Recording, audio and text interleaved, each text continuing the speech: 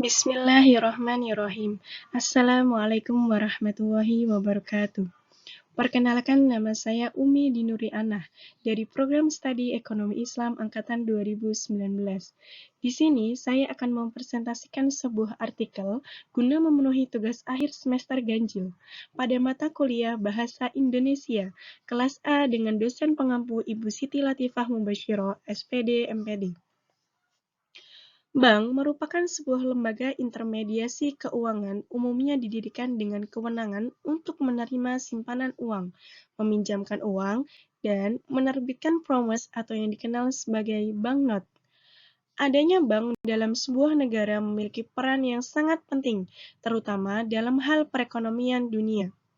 Tidak cukup sampai itu saja, ternyata masih banyak lagi peran bank tersebut.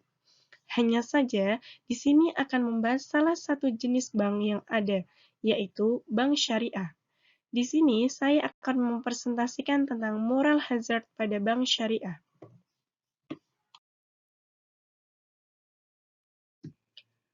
Latar belakang. Istilah moral hazard kembali populer sejak terjadinya krisis ekonomi di Asia. Pada saat itu, kebijakan bank dinilai kurang berhati-hati dalam memberikan pinjaman. Belajar dari pengalaman krisis moneter tahun 1998 dan bercermin pada kebijakan perbankan di negara-negara maju, akhirnya pemerintah Indonesia berusaha melahirkan kebijakan yang berorientasi pada keamanan dana nasabah. Bila terjadi krisis yang memaksa bank untuk mengakhiri kegiatan bisnisnya. Dan pada tahun 90-an atau tepatnya setelah ada Undang-Undang Nomor 7 tahun 1992 yang direvisi dengan Undang-Undang Perbankan Nomor 10 tahun 1998 dalam bentuk sebuah bank yang akan beroperasi dengan sistem bagi hasil atau bank syariah, yang mana mampu membuat suatu sistem perbankan di mana tanpa adanya tumbuh bunga bank dalam setiap pinjaman, dan lebih mengutamakan akad guna kemaslahatan umat atau semua pihak. Namun, pada kenyataannya, masih banyak hal yang terjadi pada bank syariah hingga merugikan masyarakat baik dari sisi nasabah ataupun dari sisi bank. Pada saat ini telah terjadi sebuah bencana besar melanda dunia. Virus yang ganas, mematikan, dan sudah membuat jutaan manusia menghembuskan nafas. Virus itu memang tidak main-main, hingga mampu mematikan segala aspek dalam berbagai kegiatan. Mulai dari bekerja, mencari nafkah, hingga menuntut ilmu atau bersekolah, semua dilakukan secara online. Virus itu adalah COVID-19, yang kejadiannya sudah dirasakan hampir 1 tahun lamanya, hingga membuat transaksi perekonomian dunia melemah. Saat ini, pandemi COVID-19 bisa menjadi permasalahan bagi perbankan, karena menghasilkan permasalahan di sektor real atau pada dunia usaha yang berpotensi menimbulkan persoalan di sektor perbankan. Efek wabah virus corona kini tak lagi bisa dipandang sebelah mata. Hal ini pun telah menjadi tantangan baru bagi industri perbankan di dunia, terutama dari sisi penyaluran kredit. Oleh karena itu, harus terbangun kepekaan dari semua pemangku kepentingan, baik dari masyarakat, perbankan, maupun pemerintah akan krisis sehingga lembaga-lembaga keuangan yang berkaitan dengan stabilitas keuangan selayaknya bekerja dengan cepat. Kondisi pandemi ini mengakibatkan berbagai keterbatasan untuk melakukan aktivitas bisnis atau kegiatan perekonomian sebagaimana mestinya. Hal tersebut memberikan peluang terjadinya moral hazard terutama di industri perbankan syariah.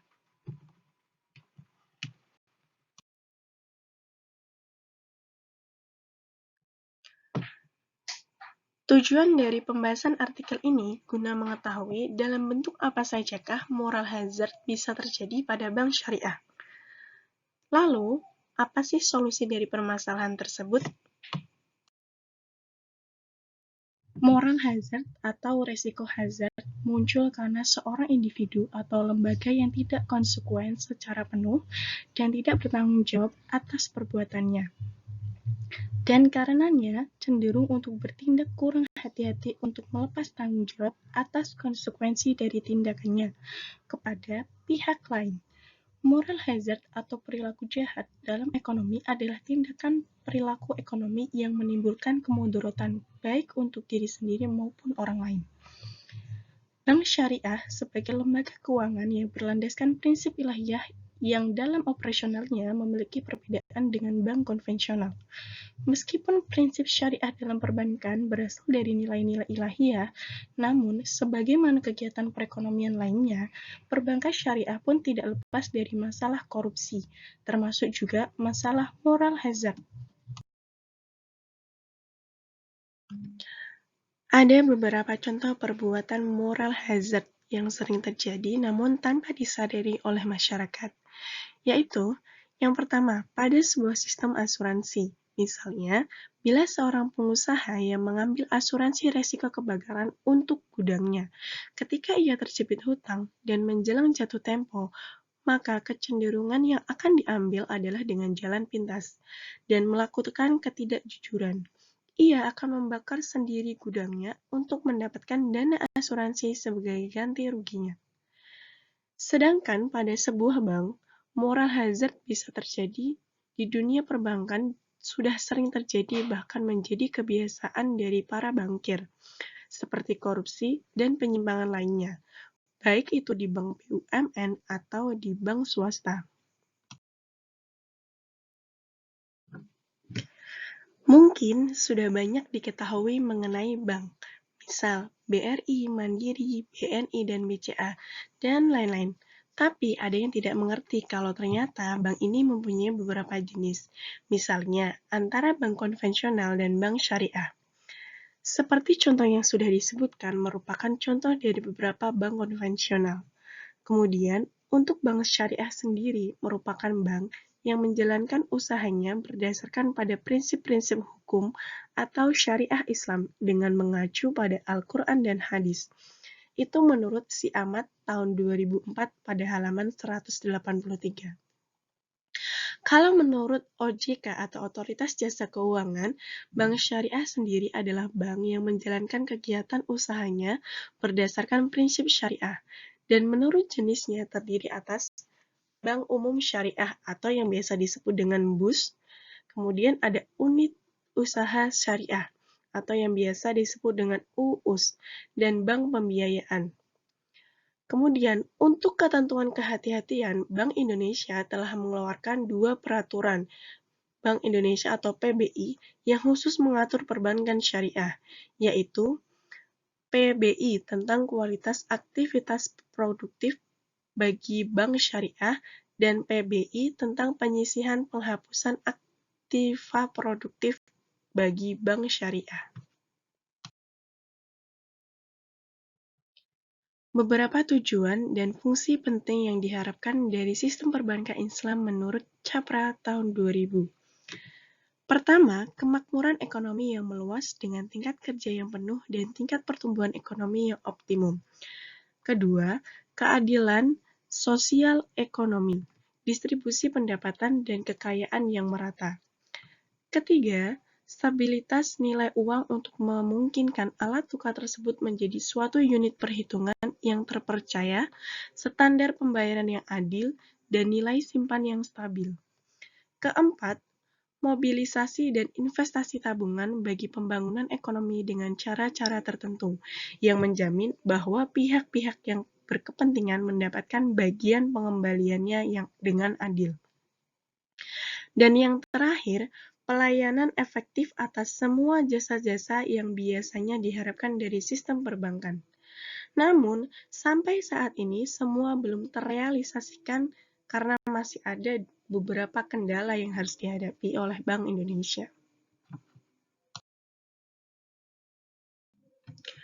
Bentuk moral hazard pada bank syariah setidaknya dapat dibedakan menjadi 2, yaitu moral hazard pada bank dan moral hazard pada nasabah. Moral hazard pada bank terjadi ketika bank syariah sebagai mudhorib tidak berhati-hati dalam menyalurkan dana sehingga berpotensi menimbulkan moral hazard di sisi nasabah dan menyebabkan kerugian. Moral hazard lainnya yaitu pada saat bank tidak membayarkan bagian sohibul mal sebagai rasio yang telah ditetapkan di awal perjanjian. Atau ketidakpatuhan bank syariah terhadap prinsip-prinsip syariah juga dapat dikategorikan dalam tindakan moral hazard. Sedangkan moral hazard pada nasabah umumnya terjadi pada produk pembiayaan yang berbasis pada equity financing atau mudorobah dan musyarakah, atau bisa dikenal dengan profit loss sharing.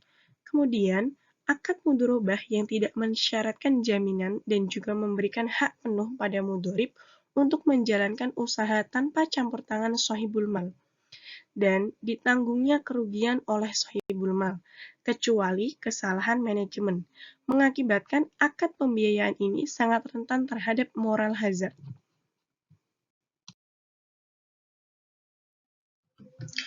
Solusi dalam menangani permasalahan moral hazard pada bank syariah mungkin sedikit sulit, tapi tidak mungkin ada masalah tanpa ada solusi.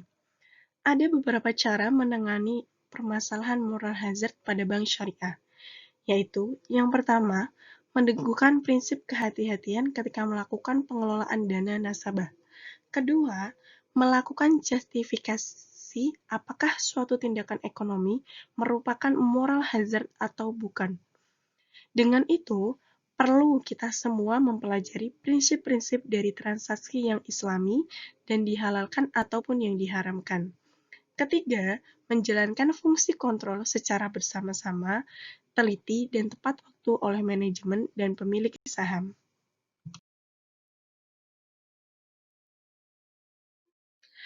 Terima kasih atas perhatiannya, kurang lebihnya saya mohon maaf.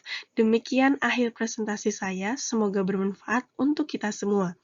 Semoga apa yang saya sampaikan barusan adalah awal untuk kita menghindari dari suatu kemudorotan dalam perekonomian.